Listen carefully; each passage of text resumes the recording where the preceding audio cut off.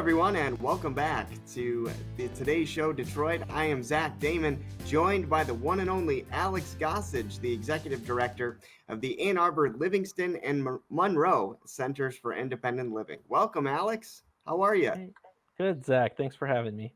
Oh, man, it is a pleasure. If you don't mind, because you have a wonderful, extensive resume in the community work, I'd love to just jump right in if that's okay. Sure. Yeah, happy to. Awesome, awesome. So you earned your bachelor's of science uh, in history from the University of California, Santa Barbara. But I was curious, Alex, what led you sort of to Michigan from the West Coast? I mean, are you from the West Coast originally? So I was born out in California, but actually most of my youth was spent growing up in the south suburbs of Chicago. So I am a Midwesterner, more or less.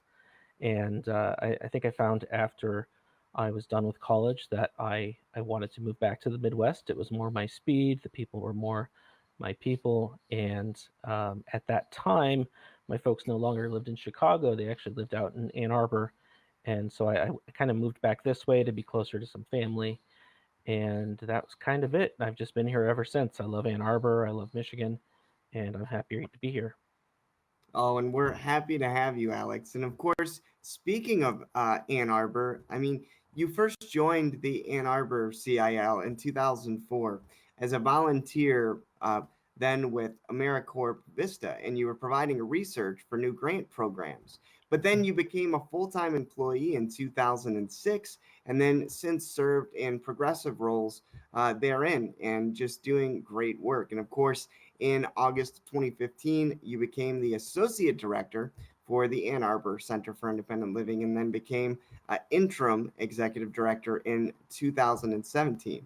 And of course, with all of that, that led you to launch some new services, including employment services, benefits counseling, and one of my favorites, the Empower You Business Incubator, which is very, very fascinating. And then, of course, you also were very instrumental in the growth of disability awareness programs for school age youth, and of course, transportation workers, and then established a wide range of social and recreation programs. And of course, you were very, very involved in the expansion of both the Monroe and Livingston locations.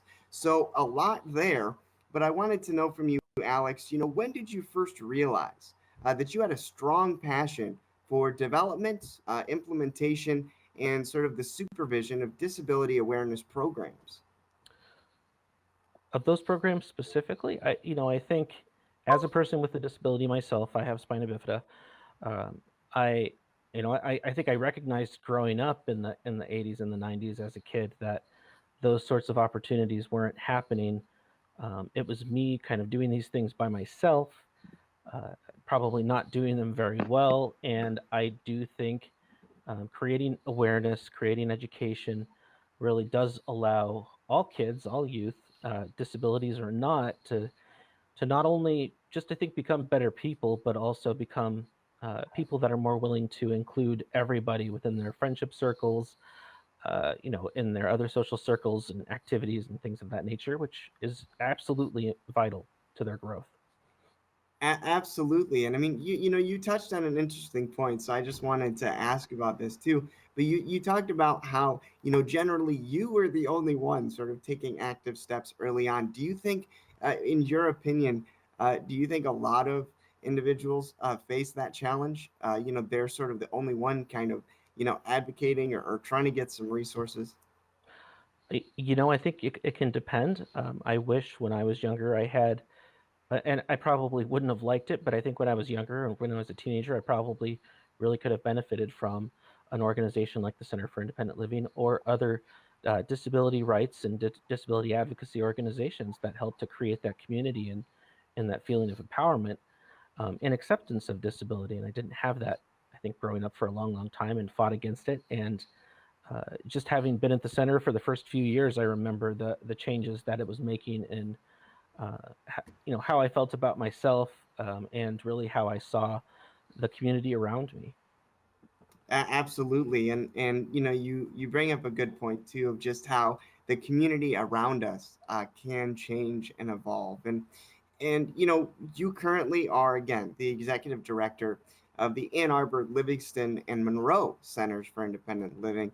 And I'd like to touch, if you don't mind, just on their mission and what they do, because I think it's important. So, simply put, the Ann Arbor CIL is run by people with disabilities for people with disabilities.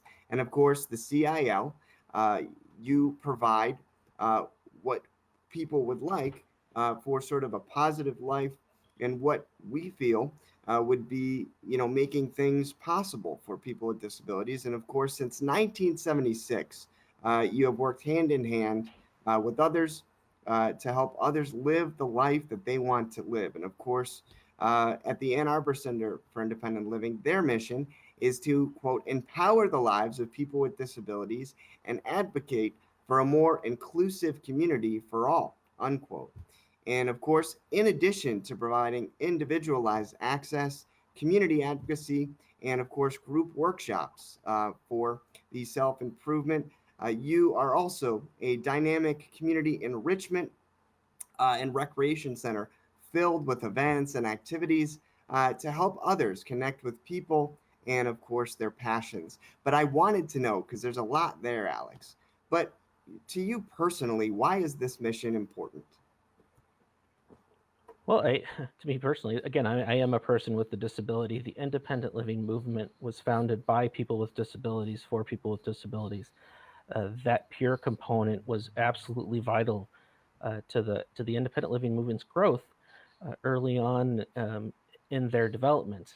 Our Center for Independent Living was one of the first few centers for independent living founded in the United States, but now there are hundreds around the United States. There's 14 here in Michigan, and there's others also around North America as well. So, to me, this is the opportunity, I think, to create, for me at least, it's been this opportunity to create a greater sense of community, a greater sense of belonging, and I think also providing me that space and opportunity to understand, um, what are the things that are important to me, what are the things that are worth fighting for, and again, why all of this is so important, and why. Yeah, I guess that's all I have to say about that. No, no. I mean, you covered it very well, Alex. And I understand, and you and I both understand this. There is an unfortunate stigma with that word, disability, right? And I think even individuals that have a disability can kind of be hesitant.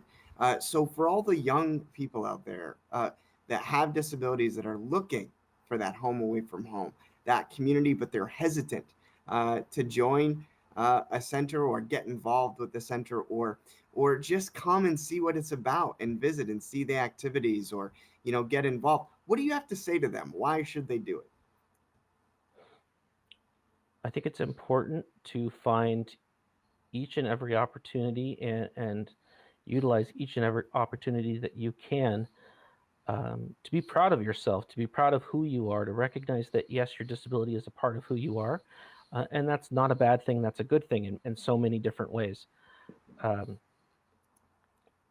I think I think for me, when I'm thinking about when I think about young folks, when I think about people connecting to the disability community or the word disability, um, uh, terminology has and vocabulary really is something that goes across a spectrum where we used people first language for a long, long time, and now there's pushing for identity first language amongst a lot of folks. So people just recognizing that their disability is a vital part of who they are. It's not something to be ashamed of. But again, I don't know that you can necessarily do that sort of thinking, changing, and growth on your own. Or if you do, it's going to be slower than if you were to have a community behind you helping to support you and bring you along. No, absolutely. I completely agree. I mean, and I think that sense of community is extremely, extremely important. Folks, we're going to take a quick break, and we'll have more with Alex Gossage, the executive director of the Ann Arbor, Livingston, and Monroe Centers for Independent Living, right after this.